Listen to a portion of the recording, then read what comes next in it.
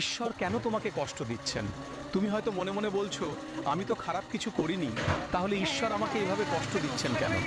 শোনো, একটা কথা মনে রেখো, ঈশ্বর কখনো কাউকে অকারণে আঘাত তোমার করেন না। ফাঁকি তিনি মানুষকে কষ্ট দেন না, তিনি মানুষকে জাগান। যখন তুমি পৃথিবীর ওপর অতিরিক্ত তুমি একটু নির্ভরশীল হাঁটো। হয়ে পড়ো, তখন ঈশ্বর তোমার ভরসা এই জায়গাগুলো নড়বড়ে করে দেন, যাতে তুমি পাখির বাসা বুঝতে একটা পারো লয়ে লইলে ভালো হইব। স্থায়ী কিছুই এখানে নেই। তুমি যাকে নিজের ভাবছিলে, সে যদি চিরদিনের জন্য তোমার না হয়, বাসা তো তাহলে লাগায় তাকে বারান্দা সরিয়ে দেওয়াটাই দয়া। তুমি যে স্বপ্ন আঁকড়ে ধরেছিলে, ই সেটা যদি দিয়া তোমাকে ভুল রাখছে। পথে নিয়ে যেত, তাহলে সেটা ভেঙে দেওয়াটাই রক্ষা। তুমি ভাবছো বারে এটা শাস্তি, কিন্তু হয়তো এটা রক্ষা। করতাছি সোনাকে আগুনে পোড়ানো হয় কেন?